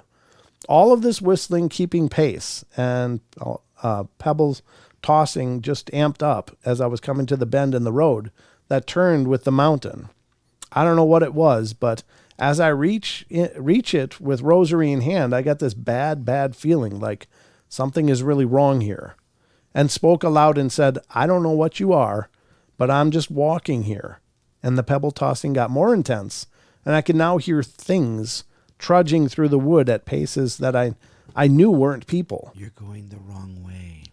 This person? Yes. Yeah. So I turned around and calmly began to go home. I thought that this would be a bear or, hell, a damn Bigfoot. How loud the trudging was combined with whistling and pebble tossing, I wanted to run the hell out of there, back down that holler. But if you think that there's an animal, you just don't want to do that. And I don't know why, but something told me not to turn your back to them. So I'm trying to make it down while keeping an eye on what's behind me. And the moments that I looked down the road towards the apartment complex, something just leaped from the side of the mountain onto the road, and then down into a bunch of thicket. Then I stopped and yelled, what the bleep was that? If it were a man, he'd have fallen 400 feet down a vertical fall and broke his neck or something. I mean, it was steep and covered in thicket and thorn bushes. And how loose the rocks were. I mean, if you did get a footing, you just fall back down and slide and tumble down. Whatever this was, it's got footing and got its footing and slid the trudged down with great volume, like stomping through a huge snowdrift. And so there I am feeling like a fool. The sun is beginning to make the horizon pink up just a little bit at this point. I kept thinking to myself that this is not how I'm going to die. By this point, I felt with all of the noise that I had, there had to be 5 to 8 things in the woods stalking me. Honest to God, I knew that I was being followed and scrutinized, and that I had pissed something off with my presence. The pebbles were being tossed at an alarming rate, and there were now 8 or so big birds whistling at me from about 10 feet or so into the woods. Branches were snapping, and it was like multiple freight trains just trudging through those woods. This is a steep hill, and I mean, it is steep. I cannot imagine men being able to do this without falling down. The only flat surface was the road. When I got about 100 feet down, because the apartment, I don't know what overcame me, but something told me to just book it for the farm lamp, and I ran like hell until I got to it and spun around. I stood there watching and couldn't see anything. They had stayed up there, but they were still just making all sorts of noise. I don't know what I started, but after that I felt like I was being watched whenever I was outside in that holler. If I went outside my apartment by my car to smoke, pebbles would start getting tossed right at my feet in the parking lot from a mountainside, or a big bird would start whistling at me and had huge streetlights shining on our parking lot. And as this is happening, I'd take out a big old flashlight and shine the woods. I did get eye shine a couple of times, but couldn't make out faces of what they were, which just creeped me out to no end. I went up the mountain a couple of times in the day and found what appeared to be tree breaks, a couple of structures, sticks in the road. Now, I don't know, these sticks were just laid ever so carefully in the road. What creeped me out was that they'd appear when I was coming back down. On one hike, I don't know, I got dizzy on the way home. Now I have epilepsy, but this was different. I'm hiking down the road and suddenly I got dizzy, and the sound in my ears was like TV static, and I wanted to take my shirt off because I felt so hot, but I laid down in the ditch for a few minutes and just felt drained of everything. I just thought of my mother and picked myself up and forced myself down that road. When I got home, I just collapsed on my bed and slept for a good 6 hours. Now, I think looking back that this was a side effect of infrasound. Yeah, it could be. Could be. Yeah. But then one night, this is a long story, but then one night my roommate and I just went out to one of the picnic break areas to smoke and talk. And as we're making it back toward my building, I don't know, Wes, the ground shook to the point that I felt like I'd lost my footing, like a giant was stomping in front of us. Boom, boom, boom. And let out this scream I've never heard before or since. It was like a woman mixed with a bear, a lion, and a witch all in one terrifying scream. I don't know, but I jumped like 3 feet up and just ran up a picnic table and could not look at it. We were stuck in that parking lot until the sun came up. Every time we made an attempt towards my building, it would scream, and we couldn't we couldn't find it, couldn't see it. And we had the sensation that it was behind this old 100-plus-year-old white oak tree, but we made 5 attempts to go home, and it was not having it. But when the sun began to rise, we made our 6th attempt and then heard something just trudge up that mountainside in time that no man or woman could. I'm talking a 100-foot vertical hike that this thing scaled in seconds and just kept going until we saw trees moving about 500 feet up. We never went that far out at night again, and that was a lighted parking lot picnic area in the middle of an apartment complex. After that, I'd smoked at night at the door, dealt with the whistling and pebble tossing, give it the finger and go inside. I moved to Louisville in June and never went back. I'm not afraid of the woods or anything, but I definitely will never go in them again without a 30-30 or something bigger. The power just in the lungs of this thing, it could have killed us if it wanted to. I don't know what we did that night, but we weren't messing up in the woods or nothing. And I felt like I was being stalked for having gone up there. But other residents, it says over residents, but I think other residents went up there, but not at night. I have a deeper respect, appreciation of the mountains and the woods. Since all of the guns I have and carry with me in the woods are enough to take down a bear. But yeah, like I said, I will never go up in the woods unarmed again. So it's a lot of pretty wild stuff. Crazy. Yeah, it is. I don't know what you make of that. I would have thought that the pebble throwing would have quit or lessened as he turned around, or this person turned around and walked out. Yeah, you'd think, wouldn't you? I guess not, though. Yeah, it really pissed something off.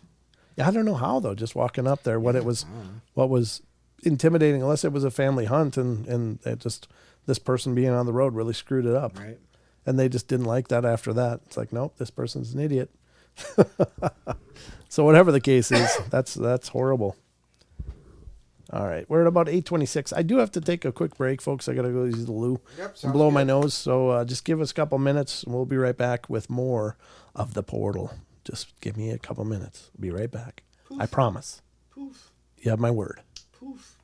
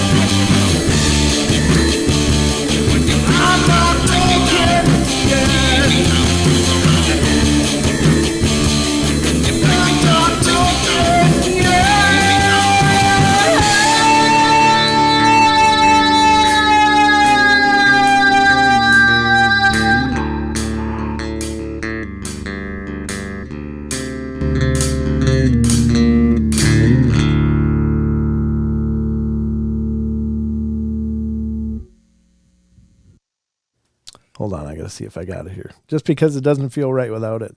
Hold on. Just a second. Where is it? Where is it? Here it is. Oh. Right. Is this it? Yeah, this is it. Here we go.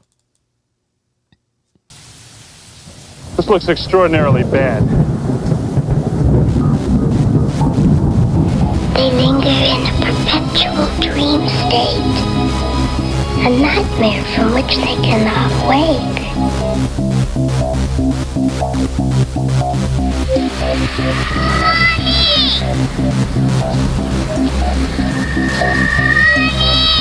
I can't see you, Mommy!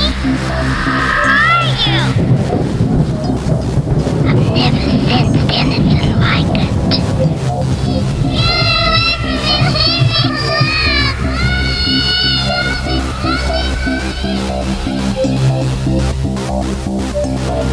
Carol Ann is not like those she's with. They're attracted to the one thing about her that's different from themselves. Her life force. It is very strong. It gives off its own illumination. It is a light that implies life and memory of love and home and earthly pleasures. Something they desperately desire, but can't have anymore. Right now, she's the closest thing to that. Poltergeists are usually associated with an individual.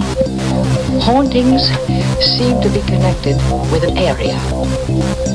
A house, usually. Poltergeist disturbances are of fairly short duration, perhaps a couple of months.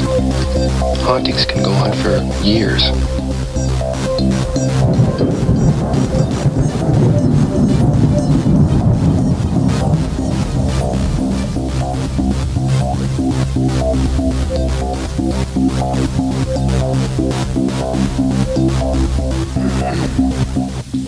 There you go. Now it feels right, doesn't it? It feels much better. It feels like a normal day. Yeah, after that break. Yeah, because we've been doing it for years. It's always the bumper music on the network to bring us back in after the second break. So Y'all. when you just do the break without the bumpers, it doesn't feel right. So anyway, we are sitting at the tail end of our journey tonight, but how much time we've got left? It is now 8:33. Good, because we got another report from Sasquatch Chronicles to get through, and this one is Creature in the Woods from October 11th. And these are phenomenal. And I really encourage you to check out the blog, because there's a lot of stuff that doesn't make it onto the shows, because I think if Wes took every encounter that he heard and made a show, he'd be doing 7 shows a week for years and never getting a break. Yeah. And so where you can find those also is by checking out the blog. So going through that, there's just a ton of information there. So SasquatchChronicles.com. And that brings up October 11th, Creature in the Woods. A listener writes, I was 5 in 1972 when I had my first encounter with in Hobart, Indiana, which was northwest of Indiana. It is in northwest Indiana, rather. Northwest Indiana is typically thought of as being an industrial because of the large U.S. steel plant is located there in Gary, and it stunk so bad when that thing was going. I used to drive through Gary all the time when I lived in Michigan, going back and forth to Minnesota. And Gary, Indiana was always the low point of that journey because it was just the worst smell. But anyway, it says, but toward the east and south of Gary, the neighborhoods were a lot smaller than they are now and very woodsy. As a child, I typically canoed, fished, and skated on the lake in the backyard and roamed the forest around my home in Merrillville, a small township right next to Gary and Hobart. I was comfortable in nature and could spend hours examining the trees, leaves, and flowers, and was fascinated by birds and hunting in Potawatomi arrowheads. Potawatomi? Okay. So the woods were my perfect place, and I always felt safe there. On this particular spring day, I was visiting the son and daughter of my mom's best friend who lived in Hobart, and I know it was March, April, or May because it was tornado season, and a storm had just recently passed through a nearby town. We weren't far enough away not to get anything worse than a heavy rain and hail, but close enough to see the wide, dark funnel making its way along the horizon. After the rain stopped and the tornado watch was lifted, Lori, Robbie, and I went outside to survey any damage left by the storm, find hailstones, and have fun running barefoot through the big puddles that were left over. We eventually made our way to the neighborhood's elementary school and the woods that bordered its playground. And it says, of we three, I was the youngest, 5, and smallest, and so I was always last or trailing a little behind. Plus Lori, who was 11 or 12, and Robbie, who was 9 and 10, were siblings and kind of an automatic team, with me being the third wheel. Lori and Robbie were always more rambunctious than I was, and truthfully mean-spirited, so I was always a bit anxious to be out of sight or earshot from adults when I was with them, in the event that they would take the opportunity to pick on me or make fun of me, which they often did. So I was already a little anxious, but when Lori announced that we were going into the woods, that anxiousness ramped up quickly and got stronger with every step towards the tree line. Once we were inside the tree line, I calmed down a little, but was still on alert in case they might turn on me. Like Lord of the Flies. We weren't that far inside the tree line when we came up a little creek whose water was running fast from the rain and was still pretty cold from winter.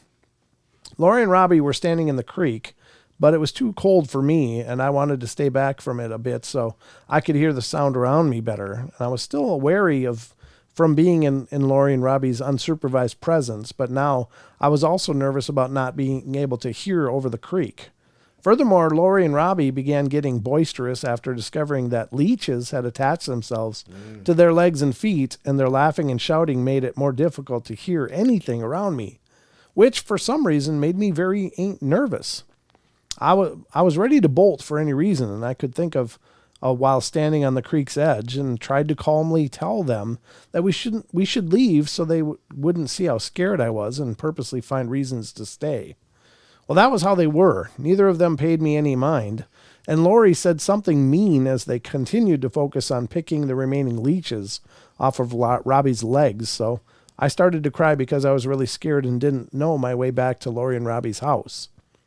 Lori and Robbie thought I was crying because of what Lori said and started in on me, and I turned to my left to get it ready to walk off of the woods by myself when I glanced upstream and stopped. Upstream 50 yards, there were 3 dark rocks near the creek. A small, round one right near the creek's edge, another larger round one right next to the small one, and a third, larger, taller rock that, if it was a rock, but what else could it be, was shaped more like an obelisk than the two other round rocks before it. That was behind the other 2 and next to a tree. I didn't remember seeing the rocks when we walked in and didn't feel particularly nervous about them, but they were out of place because all along the creek and in the general area there were no outcroppings, hills, quarries, or anything that would give rise to these large rocks being there. Lori and Robbie looked where I was looking at and decided the rocks were nothing to be concerned about. They picked the last biggest leech off Robbie's leg and were feigning like they were going to put it on me when I startled back and looked to my left upstream again, and this time there was only the tall obelisk-shaped rock by the tree, and its shape had changed as if it had moved. Lori and Robbie looked where I was looking and noticed that there was just one rock upstream, and we were confirming with each other that these were 3, right? And now there was only one, while still looking upstream. Now, I'm feeling like we're in real danger because whatever these dark shapes were, bears? They were obviously some sort of animal because they had moved. The 2 of them were now unaccounted for. So I turned to look back at Lori and Robbie, and they looked at me, and I said, "We have to leave." And then we all looked back upstream again, and the tall obelisk-shaped rock was gone. And we stood still, talking about what we were seeing as we surveyed the surrounding area without moving anything but our eyes. Lori said she thought she saw a sliver of the dark-colored rock along the side of the tree it used to be near, as if it was now behind it. And we all looked while standing still, and that tree along its length. I was looking at the edge of the tree that was nearest the creek from the ground up to where the top of the dark obelisk-shaped rock used to be, about 4 or 5 feet. Then I thought I saw something move along the edge of the tree trunk in an upward motion. It didn't move, and kept looking where I saw the length of movement, and knew without looking at Lori and Robbie that they had seen some movement too, because they were whispering too loudly, and I told them to shut up. I knew there was something behind that tree, and I was trying to look slightly off to the side of its trunk and focus on the tree's trunk edge, when 2 or 3 feet further up the tree, a dark round shape like the head poked up from around the tree trunk were very quickly, so quickly that I doubted that I'd seen anything at all. Then as I stood there, not being able to move, whatever was behind the tree leaned around slowly for another look at us and stayed there, watching, and seemingly unafraid. I know I was looking at this creature's face, left shoulder, torso, left leg, arm, and hand, which was on the tree trunk, as if for balance while it leaned around the trunk looking from behind it. But I was so scared that I was blinded and deafened. I literally didn't remember seeing or hearing anything until arriving back at Laurie and Robbie's house. I knew, I ran, that's all. Later, back in the safety of Laurie and Robbie's home, we discovered that we'd all reached the same conclusion at once, that the movement we'd seen along the tree trunk's edge was that rock standing up to its full height before it peeked around the tree at us. We were all scared still, and what caused us to finally bolt was that whatever it was standing up, peeking half hidden from around the tree, began to quickly squat back down, and we couldn't tell what it was going to do. We thought it might be preparing to run at us. So we all bolted, and I had a head start because Laurie and Robbie had to jump out of the creek, and I was already on the edge, but I never saw them until we were a good distance from the woods and well into the neighborhood. Then I followed them back to their house, and we ran all the way there. The adults half listened, really didn't believe our story, and dismissed it as probably being bears. We 3 never discussed it again. Now that I think of it, though, where did these things disappear to? The woods we're in weren't really thick, and were really easy to see through for a good distance. Most of the trees weren't very large either. How could 3 dark-colored beings in a forest where all the trees were still bare move around and remain unseen? And how could they hide behind the trees that weren't very big? Isn't that a question that's been being asked for a long time? Yeah, it is. 2 questions there. Yep. I tell you what, I don't know.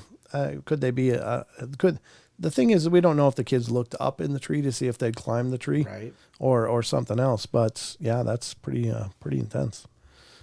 Don't like it when those rock figures move. Nope.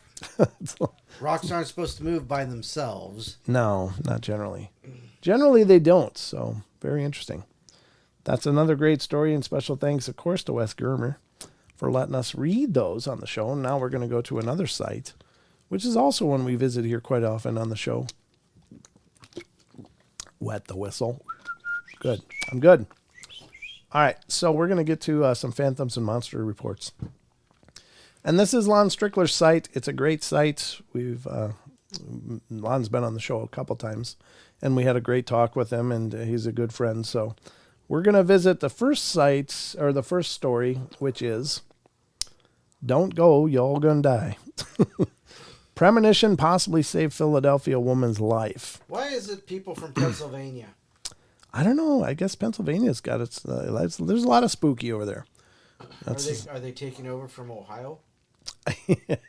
You know, it's always been in contention because Pennsylvania's got everything, too. Oh, true. They really do. They got a lot of everything. I think everywhere has everything, but I think that's, for whatever reason, that whatever they got is more visible to people there.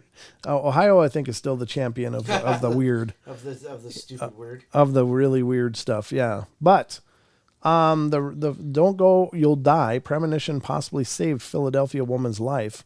And again, check out Phantoms and Monsters, folk. This is where you find Lon Strickler's stuff.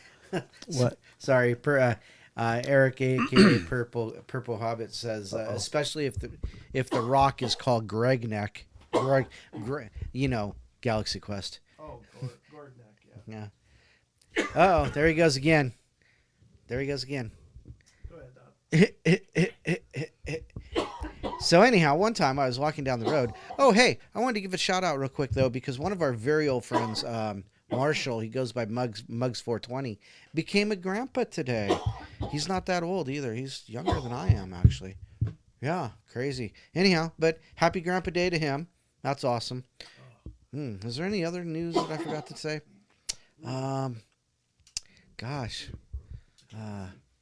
Can't see. Oh, it'll be okay, Brent. The show doesn't suck that bad. Oh, that's not what I'm talking about. Oh, well. Yeah. Yeah, gosh. Do you want to read this one? Sure, if you want to. Yep, send it over. He's going to send me this this one here. And Don's going to read it. I'll put it on screen. Yeah. Oh, that'll be good, yeah. So you can listen to me stumble through it. Brent is typing. Don't go, you'll die. Okay. All right. So anyhow, this is from Lon Strickler, Phantoms and Monsters. Don't go, you'll die. Premonition possibly saves Philadelphia woman's life. A Philadelphia woman is walking in a mall in an area of the city where she wasn't familiar. A homeless calls out her name and warns her not to go there. Later that day, several people were gunned down at the mall. The following account was forwarded to me, and this is Lon repeating this here, telling us about it. This is a bizarre incident that occurred several years ago. My ex-wife was walking down the street, and a homeless man called her by name. No big deal. Maybe he heard someone call her that one day. But she never saw him before or since. The strange part is that he said, "Don't go there. Don't go. You'll die. The mall." Now those words chilled. Those words chilled her to the bone, so much so that she turned around and went home. She had been putting on weight and wanted to be healthier, so she was walking the 3 miles in the opposite direction to get food, avoiding her favorite Philly cheesesteak stand. Yes, we live in Philadelphia. She decided against food altogether that day and was walking 5 miles further to see if she could get to a new part of town, as she had only been in Philly for a year. But she never walked in that direction of the park.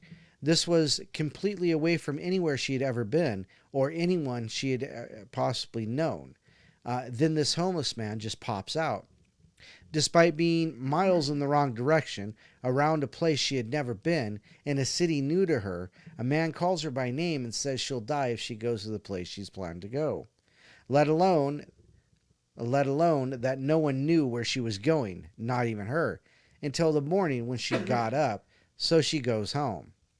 Later that day on the news, people were gunned down at the mall she was thinking of going to. There you go. It says, note, I tried to get the date of the shooting because, quite frankly, there have been numerous shootings in Philadelphia malls all over the years. I do know this incident occurred at least 4 years ago, but that's the extent of the information. So there you go. Yeah, so, hey, Hardwick Big D, he needs the clap. He does? Yes. Oh. There you go. Thank you for your donation. Oh, thank you, man. I appreciate it a bunch. So there you go. Yeah, you know, have you ever had a premonition? Yeah. I've talked about it many times on the show. The one that, I've had several, but... We'll talk about a new one. A new one? Yeah. Another one that I had, I think maybe even on the last show or the show before, I talked about the one where I was driving in patrol and had a premonition of a white van, big cargo van coming out from behind a building at a rapid pace that would have hit me. But I had the premonition to slow down. Another time, I don't know if it was really a premonition, but it was just a feeling that things were going to not work out real well. Yeah. And this time I was sliding, and I don't know, we were sliding all day, and my friend had one of those big wood toboggans with the curled up nose. Right. And he was doing this thing where he'd lean in and doing it. He said, "Hey, you want to try it out?" I was like, "Yeah, I'd like to try it out." Now, where we were sliding, there was a gully next to it with all these rocks and dead trees and stuff all over it. It was just this mess. But you know, we had it banked so that you should be able to make the turn. Well, I'd never driven one of these things before, but I'm like, I had a bad feeling, like, nope, this is not going to go well. This is not going to go well.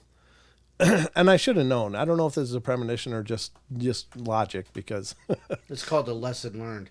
Well, it was, because I know that I never want one of those damn toboggans like that. Right. Ever.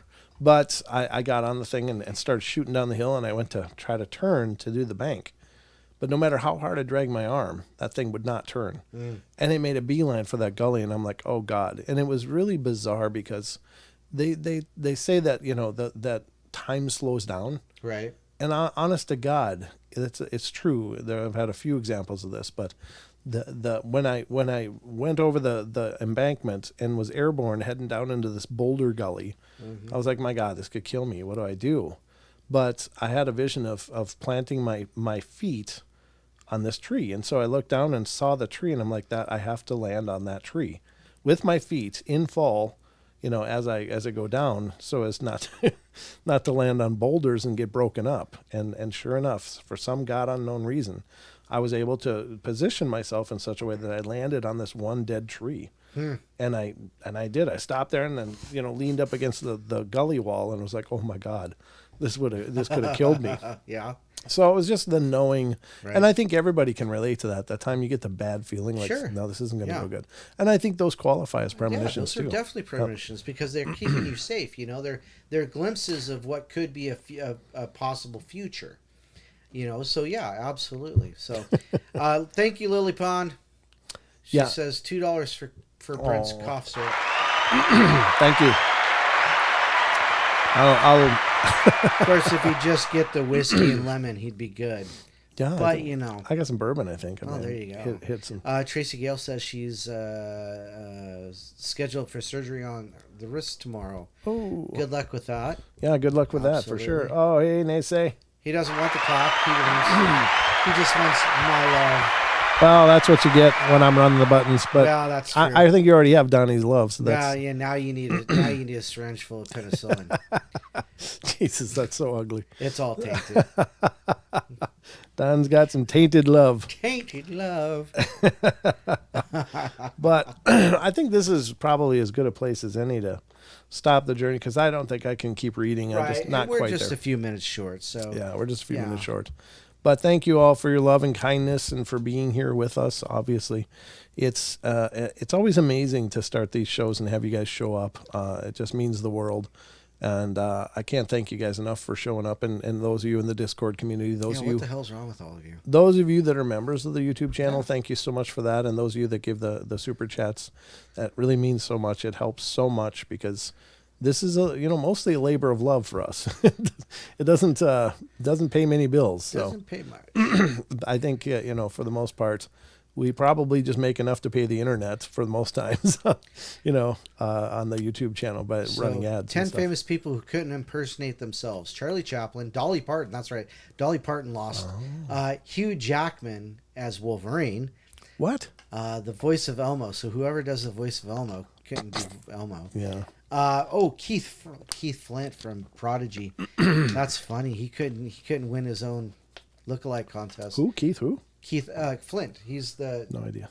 Prodigy, the band Prodigy. Oh, okay, gotcha. Ernie Hudson, who is what was his name? Winston from Ghostbusters. Oh, okay. CM Punk. Apparently, people don't know who he is either. No. Joe McCarthy. We'll pass that one. That's okay. Stephen Merchant. Well, not that big of a deal. Paul McCartney. That's funny. But Paul McCartney is supposed to be a lookalike anyhow. That's right. Because apparently he died like way. Oh, that's the legend. Yeah. Yeah. So there's a conspiracy. There's always conspiracies. So yeah, if you ever join your own lookalike contest, send us video. We'd love to see it. And when you do a Homer. Oh boy. you won't. I love donuts. Oh boy. I'm just telling you. All right. Elmo loves donuts. Oh boy. All right, that's not all Elmo loves, apparently. Apparently he loves other things, too. But anyway, we'll leave that laying where it is. But gentlemen, ladies, you guys are awesome. Thank you so much for being part of the journey, as always. Feel free to share these streams out to your social media, let other people know about the portal, and definitely check out our podcast. It's a very different show, as some of you who came from the podcast to watch the show may know. But it's interviews mostly with people that have had experiences, but also with notable figures in the community and stuff. So there's just some great, amazing shows over there. Sometimes we take YouTube videos and port them over to the podcast, but generally speaking, the podcast is its whole different production. He calls it port. I call it fighting. What? You call it porting. I call it fighting. Oh, well, you're the one that has to do it. That's why I just know that it happens. Once a week, I look in the drive, and there it is. Yep, Don does all the production for the podcast. So, and it's gotten better, thank God. Yeah, you're actually learning. No, I'm just kidding. You've done a great job ever since we started. So, but ladies and gentlemen, that's all we got for you tonight. Please, if you want to help support the show further, you can always hit the donate on PayPal. That link is on your screen right now. You can check out the Teespring store. We've got Portal gear if you'd like some Paranormal Portal gear. Don also runs that, and you can check it out and be sporting some of the best gear on the market. I'm just saying. Gear. Absolutely. So, anything else, Don, in closing? Tainted gear. Sorry. Anything in closing? Nope. That sounds good. Okay. All right. Well, just remember, we love you all. Be good, be kind, be nice, take care of each other, help each other out, find the magic in every day, and remember to laugh as much as you can. Join the Discord community if you want to stay involved in the discussions after the shows.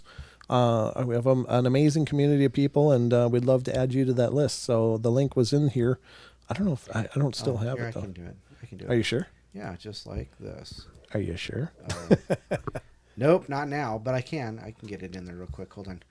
Let's see how long it takes, Don. Invite people. Copy. I'd like shut the hell up for 200. There you go. Whoa, he beat the deadline. Good job, Don. Told you. Why is the Jeopardy theme the same as I'm a Little Teapot? I don't know. I don't either. I guess they didn't. All right. Good night. All right, guys. Well, remember, we do live streams here on YouTube Wednesday, Friday, and Saturday nights when we're also simulcasting on iHeartRadio and TFR Live. So there's commercial breaks on the Friday, Saturday shows, but I'll be here alone on Friday night, and Sheldon will be joining me on Saturday. So look for you guys on Friday night. I'll try to whip up a good show, and hopefully I'll have less coughing. Whip it. Whip it good. Whip it good. All right, that's it.